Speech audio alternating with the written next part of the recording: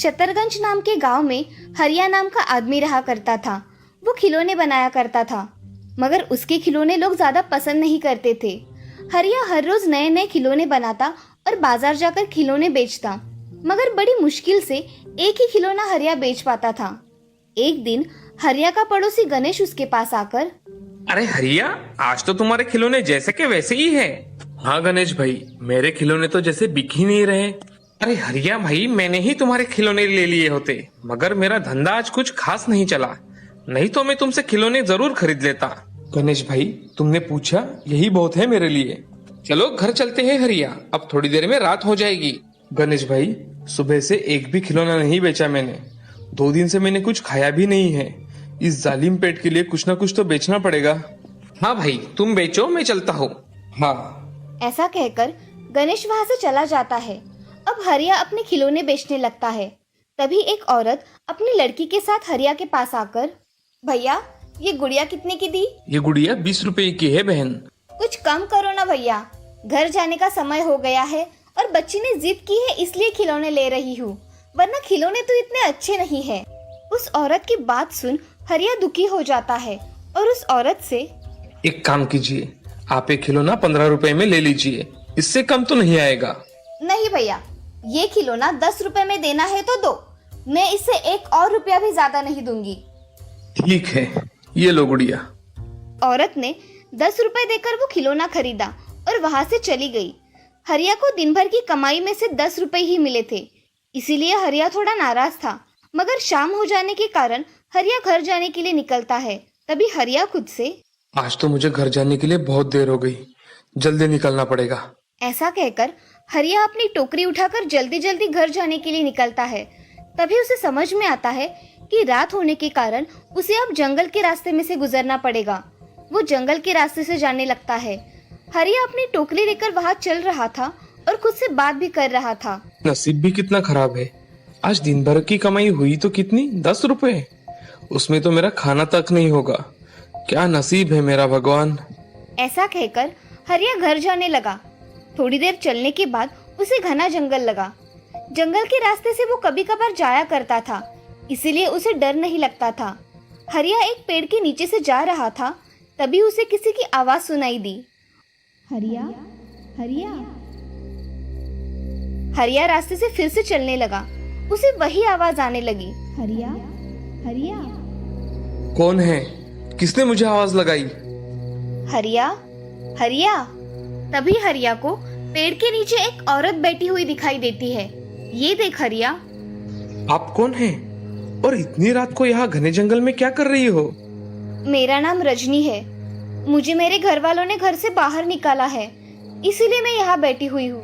रजनी जी, इतनी रात को आपको इस घने जंगल में ठहरना ठीक नहीं है। आपको ठीक लगे तो आप मेरे साथ मेरे घर चल सकती है।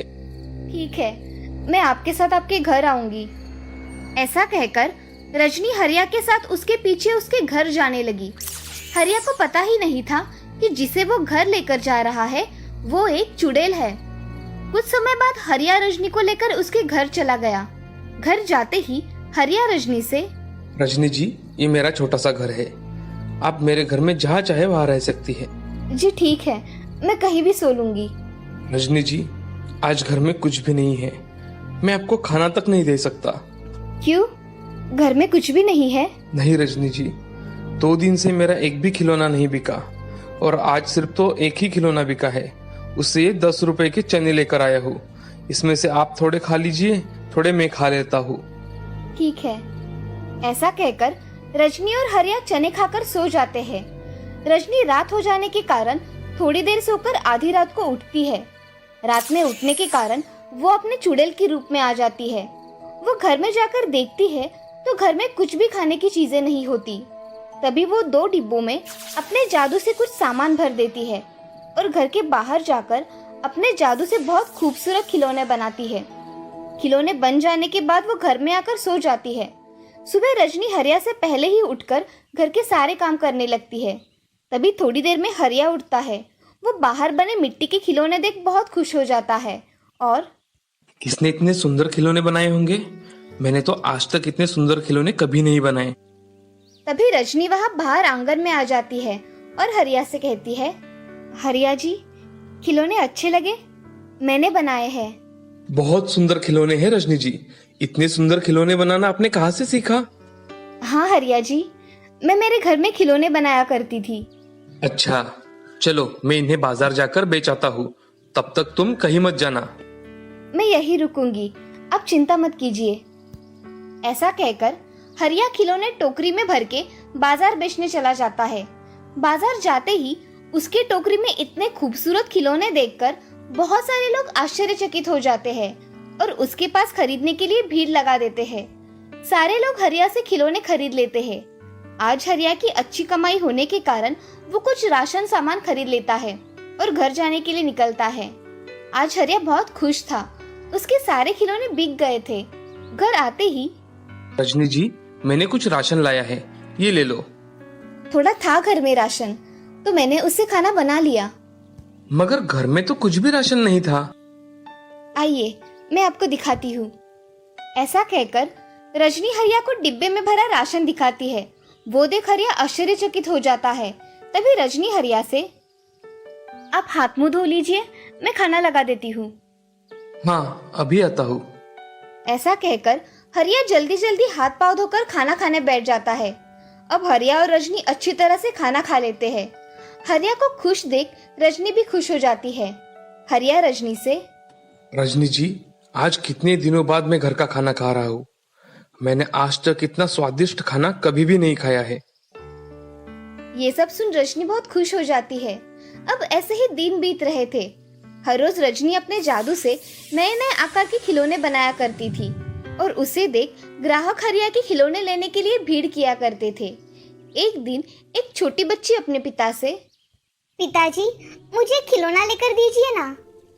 नहीं मेरी बच्ची, वो खिलौना टूट जाएगा, उसका कोई उपयोग नहीं है। पिताजी, मुझे यही खिलौना चाहिए, अभी के अभी। ठीक है गुड़िया, ले लो। वो आदमी उसके लड़की को खिलौना खरीद कर देता है। वो लड़की बहुत खुश हो जाती है। आज भी हरिया के सारे खिलौने बिक गए थे। ये देख हरिया का पड़ोसी गणेश बहुत ही दुविधा में पड़ जाता है। गणेश मन ही मन में, इस हरिया के खिलौने का व्यापार इतना अच्छे से कैसे चलने लगा? जिसके खिलौने कोई खरीदता नहीं था, आजकल लोग उसके खिलौने मांग मांग कर खरीद रहे हैं। ऐसा अचानक कैसे हो गया? गणेश हरिया के पास चला जाता है और हरिया से, अरे हरिया भाई, कल तक तो धंधा अच्छा नहीं चल रहा था और अचानक से कैसे धंधा अच्छा चलने लगा? क्या बात है? सब भगवान की कृपा है गणेश भैया। चलो, खिलौने बिक गए, मैं अब घर जाता हूँ। ठीक है। ऐसा कहकर हरिया वहाँ से चला जाता है और गणेश मन में, ये हरिया मुझसे कुछ छुपा रहा है। इस बात का तो मुझे पता करना ही पड़ेगा। गणेश रात होने पर हरिया के घर के बाहर जाकर देखता है तो उसे कुछ भी नहीं दिखाई देता। वो रात भर हरिया के घर के बाहर पहरा देता है। आधी रात हो जाती है, तभी हरिया के घर के अंदर कुछ हलचल दिखाई देती है। घर में रजनी उठकर कुछ जादू से बना रही थी। गणेश ने खिड़की से झांककर देखा तो उसे घर में एक चुड़ैल दिखाई दी। उसे देख गणेश बहुत डर जाता है। उसने देखा कि चुड़ैल अपने जादू से खिलौने बना रही है। ये सब देख गणेश डर के मारे भाग जाता है। अब घर आकर वो डर की वजह से कुछ बोल ही नहीं पाता। अगले दिन हरिया अपने खिलौने लेकर बाजार बेचने चला जाता है। अब गणेश गांव के कुछ लोगों के पास जाकर उन्हें ये बात बता देता है। ये बात गांव के सरपंच जी को पता चलती है। सरपंच जी गणेश को उसके पास बुलाकर, नमस्ते सरपंच जी। नमस्ते गणेश। हम गांव वालों ने ऐसा सुना है कि हरिया के घर में चुड़ैल रहती है। हाँ सरपंच जी, मैंने खुद अपनी आंखों से देखा है। वही खिलौने बनाती है और हरिया बाजार जाकर बेच आता है। क्या ये बात बिल्कुल सही है? हाँ सरपंच जी, हमारे गांव में एक चुड़ैल रहती है। उसका हमें बंदोबस्त जरूर करना चाहिए। हम गांव के सिद्ध बाबा के पास जाएंगे, उनसे पूछते हैं कि ये सब क्या है। ऐसा कहकर सरपंच जी और गांव के कुछ लोग बाबा के पास चले जाते हैं। तभी बाबा ध्यान में मग्न होते हैं। थोड़ी देर में बाबा अपनी साधना से उठे और सरपंच जी से, आज कैसे आना हुआ सरपंच जी? बहुत दिनों बाद आए हो। काम ही कुछ ऐसा है बाबा, हमारे गांव में हरिया नाम के आदमी के घर में चुड़ैल रहती है। उसका कुछ बंदोबस्त करना पड़ेगा आपको। बाबा अब ध्यान लगाकर देखते हैं।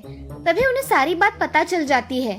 बाबा सरपंच जी से, मुझे उसके घर जाकर देखना है कि ये बात सच है या झूठ। चलो मेरे साथ। ऐसा कहकर बाबा सभी गांव वालों के साथ हरिया के घर चले जाते हैं। घर जाकर सभी गांव वाले हरिया से, अरे हरिया, जरा बाहर तो आना। तभी थोड़ी देर में हरिया और रजनी बाहर आकर देखते हैं तो सरपंच जी के साथ गांव वाले घर के बाहर खड़े थे। ये देख हरिया। क्या हुआ सरपंच जी, आज आप सब मेरे घर के बाहर क्यों खड़े हो? तुम्हारे घर में जो औरत रहती है वो एक चुड़ैल है, उसे कहो सामने आओ और अपने असली रूप में आओ। ये सुन हरिया का अपने कानों पर विश्वास ही नहीं होता। आपको बहुत बड़ी गलतफहमी हुई है, ये चुड़ैल नहीं, ये तो रजनी जी है। बाबा ये झूठ बोल रहा है, इसी के घर में है चुड़ैल। अगर तुम सच में चुड़ैल हो तो जल्द से जल्द अपने रूप में आ जाओ। ऐसा कहकर बाबा ने कमंडलू से थोड़ा पानी निकालकर रजनी के बदन पर छिड़क दिया। वैसे ही रजनी का बदन जलने लगा। ये देख रजनी। रुकिए बाबा, मैंने कुछ नहीं किया, आप ये जल डालना पहले बंद कीजिए, मैं आपको सब बताऊंगी। ऐसा कहकर रजनी अपने चुड़ैल के रूप में आ जाती है। बाबा, मैं इस जंगल से एक दिन अकेले जा रही थी, तभी एक चुड़ैल ने मेरे शरीर पर कब्जा कर लिया और तब से वो चुड़ैल मेरे शरीर में प्रवेश कर चुकी है। मैं जब तक किसी से शादी ना कर लूं, तब तक मुझे इस चुड़ैल से मुक्ति नहीं मिलेगी। तभी बाबा चुड़ैल से, तुम उस बच्ची को छोड़ दो, मैं उसकी शादी करवाऊंगा, तुम्हें उसका शरीर छोड़ देना चाहिए अब। बाबा ऐसा कह रहे थे तभी हरिया रजनी से शादी करने के लिए तैयार हो जाता है। सभी गांव वाले हरिया की शादी रजनी से करवा देते हैं। जैसे ही रजनी की शादी हरिया से हो जाती है, रजनी उस चुड़ैल से मुक्त हो जाती है और सामान्य औरत बन जाती है।